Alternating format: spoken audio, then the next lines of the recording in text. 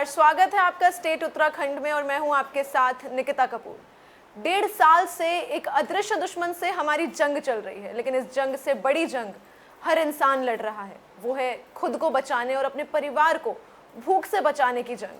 हर वर्ग, हर तबका कोरोना के संकट से जूझ रहा है, लेकिन जो इस जंग को लड़ने में नाकाम रहे, उन्होंने खुदकुशी जैसे कदम उठाकर खुद की जीवन लीला समाप्त कर ली। ऐसा ही एक मामला काशीपुर में सामने आया है, जहां कर्ज के बोझ तले दबे एक फैक्ट्री मालिक ने अपनी जीवन लीला समाप्त कर ली और मरने से पहले एक वीडियो वायरल करते हुए खुद का दुख बयां किया। वहीं कहने को युवक फैक्ट्री के मालिक था, लेकिन कोरोना महामारी ने मंदी की ऐसी मार मारी कि काशीपुर के रहने वाले ये फैक्ट्री मालिक भी इस महामारी की मंदी को नहीं सह पाया और इतना कर्ज के बोझ तले दब गया कि अपनी आप बीती बयां करने के बाद खुदकुशी कर ली।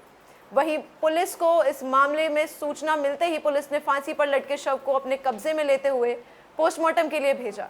वहीं जिनके द्वारा फैक्ट्री मालिक पर अनावश्यक दबाव बनाकर शोषण किया गया, उनकी भी जांच पुलिस कर रही है। पुलिस का कहना है कि जांच के बाद जो भी तथ्य सामने आएंगे उसके अनुसार कार्रवाई अमल में लाई जाएगी। आप खुद ही सुनिए मंदी की मार का दर्द। मैं आज अपनी जान को फना करने जा रहा हूँ, क्योंकि मैं बहुत प्रेशर में हूँ। डिप्रेशन में जीने मुझसे नहीं जिया जा रही है मुझसे इतनी परेशानी में। मुझे जो मिल गया वो चीटिंग बाजी मिल गया है, जो मिल गया 420 मिल गया है। मुझे राम किशन के छवाले ने जीना मुश्किल कर दिया। थोड़े से पैसों के लिए उसने मुझे धमकी दे दिया, गालियाँ बकरियाँ है। धर्मपाल जिंदर है रामनगर वाला, उसने मेरा जीना मुश्किल कर दिया। मनीष गुलाटी है जसपुर खुर्द में, छोटा सा लड़का है, लेकिन उसके बावजूद भी मैं उसे जवाब नहीं दे पाता। उसके 10-20 हज़ार रुपये थे मेरी तरफ।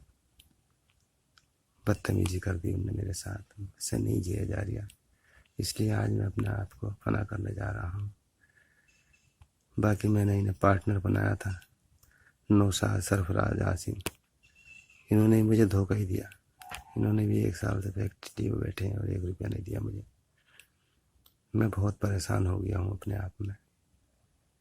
मुझे समझ में नहीं आ रहा कि मैं कैसे करूँ। तब मेरे दिमाग में यह आई कि चल अब तू अपने आप को फना कर दे, जब तेरे बस का तीना नहीं है दुनिया में, तो मरना तो तेरे बस में है। बाकी सबसे मैं माफ़ी चाहता हूँ हाथ जोड़ के। स्थित एक व्यावसायिक द्वारा सुसाइड की गई, जिसमें उन्होंने सुसाइड के पहले एक वीडियो भी प्रकाशित की, जिसमें उन्होंने बोला गया है कि कर्ज ज़्यादा होने के कारण और व्यवसाय में असफलता आने के कारण उनके द्वारा सुसाइड की गई है। पुलिस उस क्लिप की भी जांच कर रही है। पुलिस पोस्टमार्टम रिपोर्ट के बाद मृत्यु का असली रीज़न जानने के बाद पोस्टमार्टम रिपोर्ट के आधार पर पूरी जाँच हो जाएगी। उसमें जो भी दोषी पाएंगे उनको धारा 306 के तहत उचित कार्रवाई भी की जाएगी। स्थित एक आम आदमी पार्टी नेता की तरफ से कराए जा रहे अवैध खनन पर प्रशासन ने आखिर अपना चाबुक चला ही दिया और अवैध रूप से निकाले गए उपखनिज की पैमाइश कर करीब 3.5 लाख की पेनल्टी लगाई गई है। आप नेता के सगे भाई की भूमि पर अवैध रूप से नदी से निकाले गए उपखनिज से भरने का कार्य किया जा रहा था, जिसमें सीधे तौर पर आप नेता का अवैध खनन से कनेक्शन था, जिसके चलते दिन दहाड़े ही ढेला नदी से अवैध रूप से उपखनिज निकाला जा रहा था, जिसकी कोई भी अनुमति प्रशासन से नहीं ली गई थी। जबकि उपखनिज निकालने के दौरान वहां मौजूद लोगों से जब पूछा गया तो उन्होंने बताया कि नेताजी ने अनुमति ली है, जबकि जांच में स्पष्ट हो गया कि आप नेता के भाई की ही भूमि पर अवैध खनन का उपखनिज भंडारण किया जा रहा था, जिसमें लाखों की पेनल्टी लगाई गई है।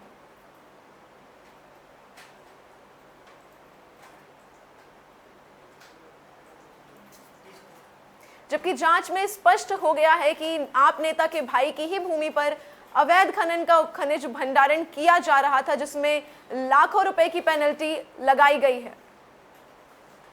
ये आपके माध्यम से ही हम लोगों को खबर आई थी, जिसमें राजस्व विभाग की जो टीम है उसको हम लोगों ने भेजा था निरीक्षण के लिए। इसमें हमारा 3,78,000 का टोटल इनके ऊपर जुर्माना किया गया है। इनके द्वारा अपने जो भूमि है उससे बिना परमिशन लिए हुए इनके द्वारा अवैध रूप से खनन किया जा रहा था। और ये जो व्यक्ति हैं जिनके नाम पे ये भूमि है, ये 314/2 है, जो गुलाम ख्वाजा सन ऑफ यूसुफ चौधरी जी के नाम पर ये भूमि है।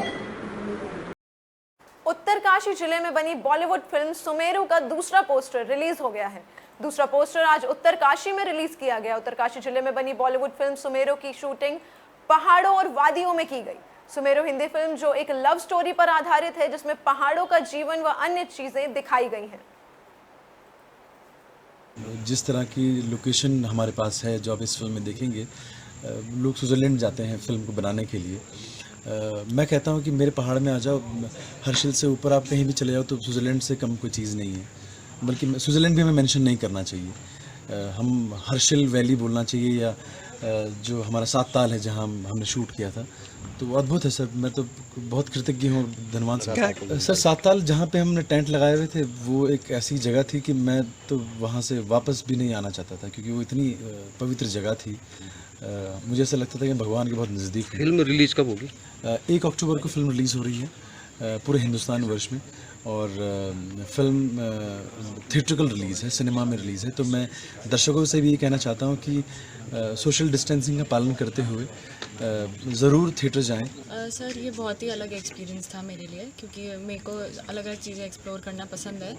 तो जिस जगह पे हम थे 7 ताल, इतनी खूबसूरत जगह, मतलब मुझे नहीं पता था कि हमारे उत्तराखंड में भी ऐसी जगह है जो शायद और प्रमोट होनी चाहिए, ताकि वहाँ उस जगह को ज़्यादा से ज़्यादा लोग जानें जो ऐसी चीज़ें एक्सप्लोर करना पसंद करते हैं। तो मेरे लिए बहुत अलग एक्सपीरियंस था। तो इन्होंने किया, इसे एक तो हमारे टूरिज़्म को यहाँ प्रमोट करेंगे, और जो उसकी पूरी कास्ट थी, यहाँ तक कि जो फोटोग्राफर्स थे, जो टेक्निकल चीज़ें हैं, उसमें भी सारे के सारे लोग उत्तराखंड से बिलोंग करते हैं। तो इन्होंने इनके पास स्पेशलाइजेशन है इस तरह के कैंप और इस तरह की ट्रेनिंग देने की। हमने इनको पूरा सहयोग किया और उम्मीद करते हैं कि इस तरह की मूवीज़ आने वाले समय में बनाएंगे, क्योंकि उत्तराखंड में इस तरह की जो स्टोरी लाइन है एडवेंचर का, उसका बहुत ज़्यादा स्कोप है। और जब कुछ इस तरह का काम होगा तो उससे ना सिर्फ मूवी प्रमोट होगी, बल्कि यहाँ का लोकल टूरिज़्म और लोकल लोगों को नौकरी और इस तरह। प्रदेश में मॉनसून के कारण जगह जगह पहाड़ियां दरक रही हैं, जिससे कई मार्ग बंद हो रहे हैं। मार्ग बंद होने से स्थानीय लोगों के साथ साथ पर्यटकों को भी खासी दिक्कतों का सामना करना पड़ रहा है। इसी को मद्देनजर रखते हुए कांग्रेस प्रदेश अध्यक्ष गणेश गोदियाल ने बड़ा बयान दिया है। गणेश गोदियाल ने ऑल वेदर रोड को भाजपा सरकार के भ्रष्टाचार की जीती जागती देन बताया है।